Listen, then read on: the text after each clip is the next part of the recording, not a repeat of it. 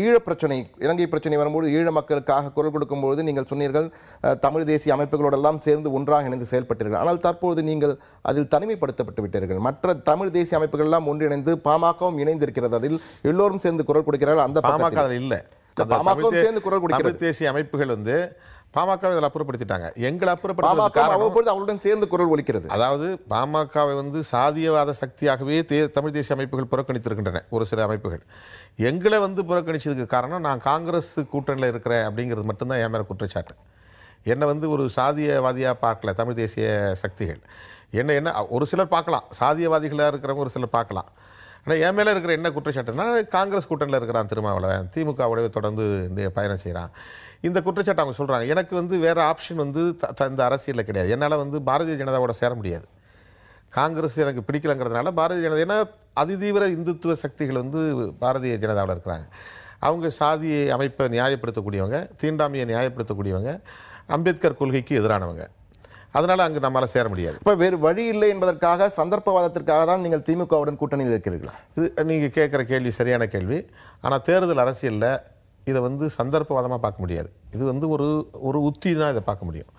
ஒவ்வொருத்தரும் அவங்கவுங்களுடைய survival of the ஃபிட்டஸ்ங்கிற மாதிரி அவங்கவுங்களுடைய தக்க வைத்துக் கொள்வதற்கான ஒரு முயற்சிங்கிற மாதிரி பார்க்கும்போது அதில் எது உடன்பாடு, நமக்கு போதிய உடன்பாடு உள்ள, கொள்கை உடன்பாடு உள்ள கட்சிகள்னு பார்க்கும்போது இன்றைக்கி திமுகவோட இணக்கமாக இருக்க முடியுது. அதனால் நம்ம திமுக கூட்டணியில் இருக்கிறோம். திமுக ஆட்சியில் இருந்தபொழுது 10 எம்பிக்கள் வந்து இலங்கை சென்று ராஜபக்சேவை பார்த்து பேசிவிட்டு வந்தீர்கள். நீங்கள் அதற்கு முன்னால் ராஜபக்சேவுக்கு எதிராக கடும் கண்டனங்களையும் கடும் குரல்களை எழுப்பினீர்கள். உங்களுடைய பேச்சினை பார்க்கும்போது ராஜபக்சே பயந்து ஓடி விடுவாரோ என்ற அளவுக்கு உங்களுடைய ஆக்ரோஷம் வெளிப்பட்டது உங்கள் பேச்சிலே. ஆனால் நீங்கள் ராஜபக்சேவை சந்தித்த பொழுது அந்த காட்சிகளை நாங்கள் பார்த்தபொழுதும் சரி, புகைப்படங்களாக பார்த்தபொழுதும் சரி, அதில் நீங்கள் வந்து சமரசமாகி விட்டீர்களோ என்ற ஒரு சந்தேகத்தை எழுப்பியிருக்கிறது என்னிடமல்ல, பொதுமக்களிடம். அதற்கான பதில்? இது ஒரு நியாயமான கேள்வி. நான் அந்த குழுவிலே இடம்பெற்றிருக்கக்கூடாது, இடம்பெற்றிருந்தாலும் ராஜபக்சேவை சந்தித்திருக்கக்கூடாது. எனக்கு அந்த வாய்ப்பு கிடைத்தது. அதை நான் நழுவ விட விரும்பவில்லை. ஏனென்றால் பாதிக்கப்பட்ட மக்களை எப்படியாவது சந்திக்க வேண்டும் என்கிற தாகம் எனக்கு இருந்தது. உள்ளபடியே அந்த குழுவிலே நான் இடம்பெறுவேன் என்று எதிர்பார்க்கவில்லை. இடம்பெற்றேன், சென்றேன். சென்னை விமான நிலையத்தில் நான் சொன்னேன், நான் புலிகளின் பிரதிநிதியாக செல்கிறேன் அப்படின்னு தான் சொல்லிட்டு போனேன். அந்த 10 பேரில் நான் ஒருத்த மட்டும்தான் புலிகள் ஆதரவாளர், ஈழ ஆதரவாளர். மற்றவங்க காங்கிரஸ் கட்சி, திமுகவும் இருந்தாங்க. அவங்க வெளிப்படையாக வந்து புலிகள் ஆதரித்து பேசினதில் அந்த நேரத்தில். அன்னைக்கு வந்து ராஜபக்சேவை சந்தித்த நேரத்தில் ராஜபக்சே பேச தொடங்கிய 2வது நிமிஷத்தில் என்னை கையை நீட்டி காட்டி எங்கள் தரப்பு கருத்தை கேட்காமலே எங்களுக்கு எதிராக போராடுறதுல இவரும் முக்கியமான ஆளுன்னு காட்டினார். போன 10 பேரில் வந்திருக்காரு மிஸ்டர் திருமாவளவன், இவர் வந்து எங்களை எதிர்த்து தமிழ்நாட்டில் போராடுறார் அப்படின்னு. அவருக்கு அந்த மாதிரி இன்புட்ஸ் கொடுக்கப்பட்டிருக்குது. நான் என்ன அவருக்கு தெரியாதுன்னு நினச்சிக்கிட்டு இருந்தேன். எல்லோரும் கருத்து பேசி முடித்த பிறகு நான் வேகமாக எழுந்திரிச்சு முன்னாடி வெளியே வந்துட்டேன். கொஞ்சம் தூரம் வந்துட்டேன். அப்போ அந்த அரண்மனையில் இருந்த ஒரு புகைப்பட நிபுணர் என்னை வந்து தடுத்து பிரசிடெண்ட்டோடு சேர்ந்து ஒரு ஃபோட்டோ எடுக்கணும், கொஞ்சம் நில்லுங்கன்னு சொன்னார். அப்போ நாங்கள் நின்னோம். ராஜபக்சேவுக்கு வலது பக்கத்தில் கனிமொழியும், இடது பக்கத்தில் டிஆர் பாலு நின்னாங்க. டிஆர் பாலுக்கு பக்கத்தில் நான் நின்னேன்.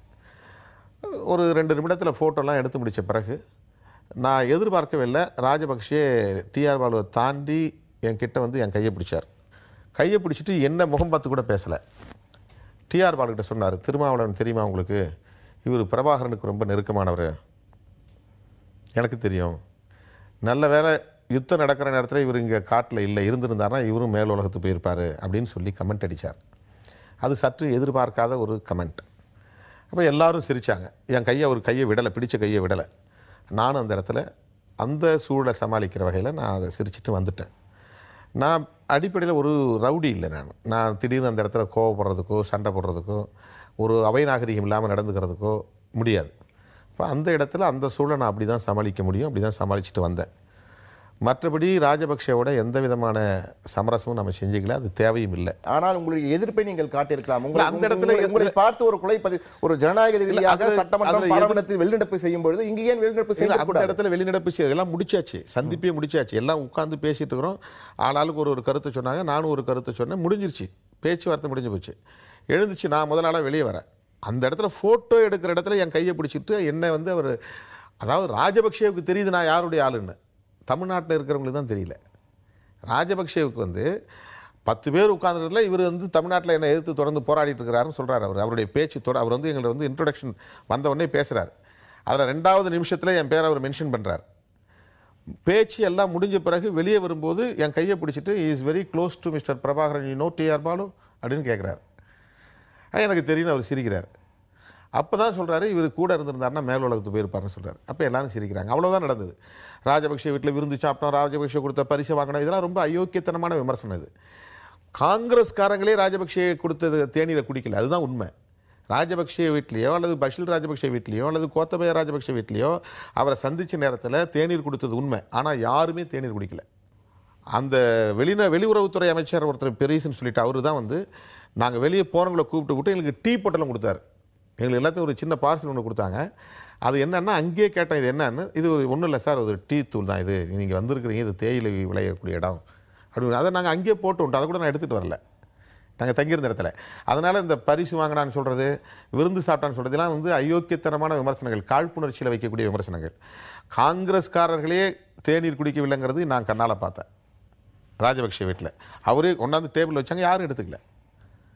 காங்கிரஸ்காரங்களே குடிக்கல. அவங்களும் தமிழர்கள் தானே, அவங்களுக்கு அந்த மான உணர்ச்சி இருக்குல்ல. ஆனால் திரும்ப திரும்ப சொன்னதே திரும்ப திரும்ப சொல்லியிருக்காங்க. அது என்னென்னா, திருமாவளவன் ஈழத்தமிழர் பிரச்சனையில் பேசுறது பிடிக்காத சில சக்திகள் வந்து திரும்ப திரும்ப அதை பேசிகிட்டு இருக்கிறாங்க. ரணில் விக்ரமசிங்கே காலத்தில் விரிக்கப்பட்ட வலை, கட்டமைக்கப்பட்ட சதி, அதை இன்றைக்கு ராஜபக்ஷ அறுவடை செய்து கொண்டிருக்கிறார். ஜெயலலிதா ஒருவேளை பிரதமராக முடியும் என்ற ஒரு வாய்ப்பு வந்து அதை வரவேற்பீர்களா?